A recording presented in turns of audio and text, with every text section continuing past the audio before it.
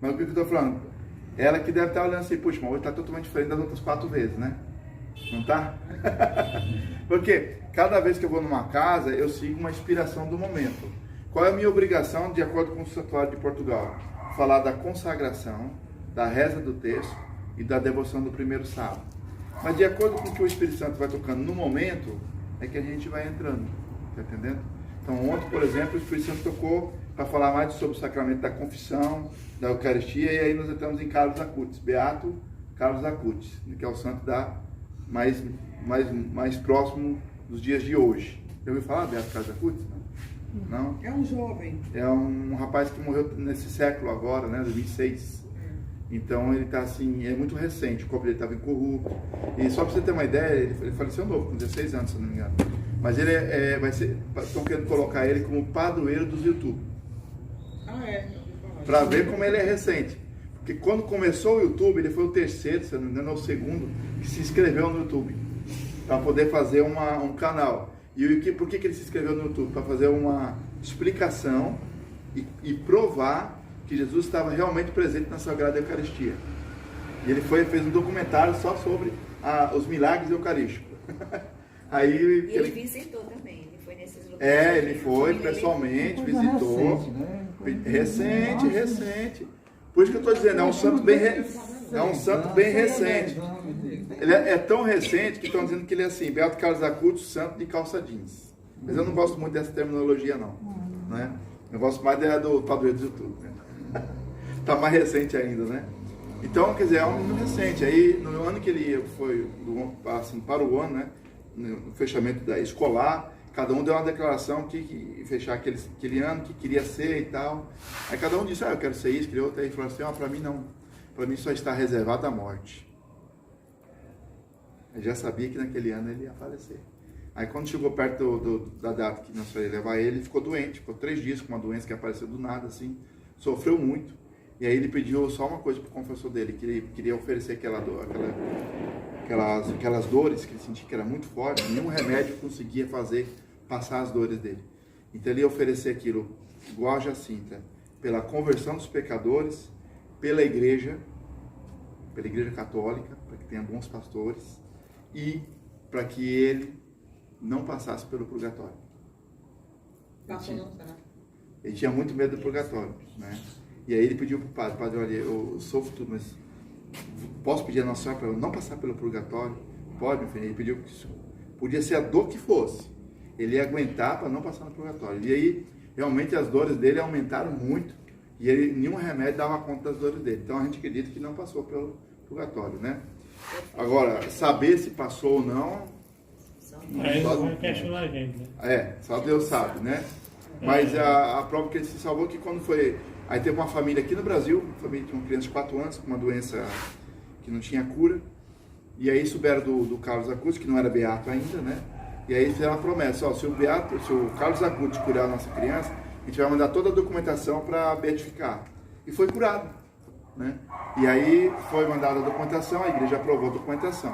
Quando a igreja aprova a documentação para beatificar, o que a igreja faz? Faz a exumação dos ossos, para poder ter relíquias do santo. Quando foram lá fazer a exumação dos ossos, o corpo estava incorrupto. Estava como? Incorrupto. Mais de 10 anos enterrado na terra mesmo bruta, né? Estava inteiro. Estava inteiro, né? E principalmente o coração dele. E aí tiraram o coração e colocaram num relicário.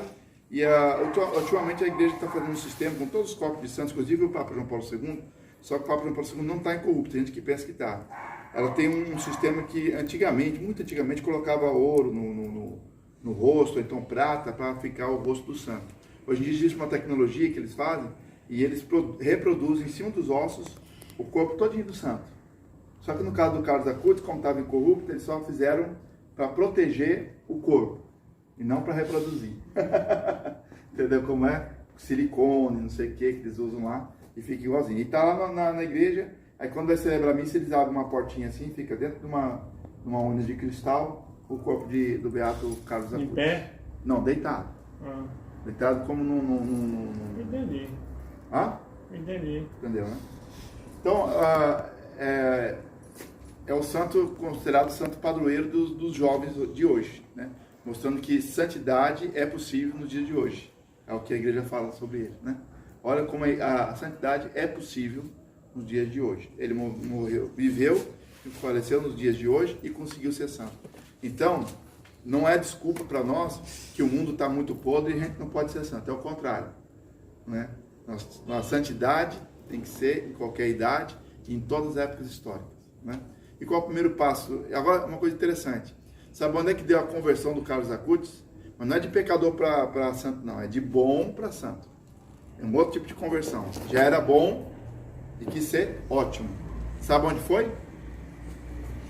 Que ele tomou a consciência que ou ele era santo ou não era nada.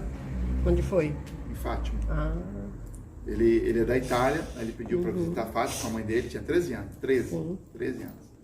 E aí ele foi lendo o livro de Nossa Senhora de Fátima, e aí ele tomou a cargo de fazer a consagração, que é o que nós vamos fazer agora, né? Só que ele não coroou a Nossa Senhora, mas lá ele se ajoelhou, fez a consagração a Nossa Senhora, e ali ele prometeu a Nossa Senhora que ele ia rezar o rosário todos os dias, e ele ia fazer todo mês o primeiro sábado, e se confessar todo o primeiro sábado de cada mês, né? Só teve uma coisa que mudou durante a vida dele, que ele não se confessou todo o primeiro sábado. Sabe por quê, Maria? Não. Porque depois ele resolveu confessar todo sábado. Entendeu? No começo ele ia se confessar uma vez por mês. Aí ele começou a se confessar todo sábado, né? Inclusive tinha um confessor dele.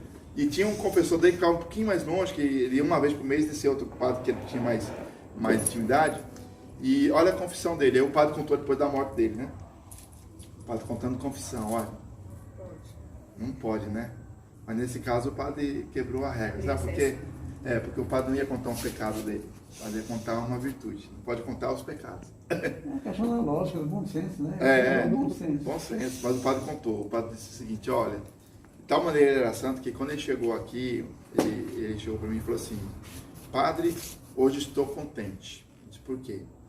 Consegui passar 1 hora diante do sacramento sem nenhuma distração.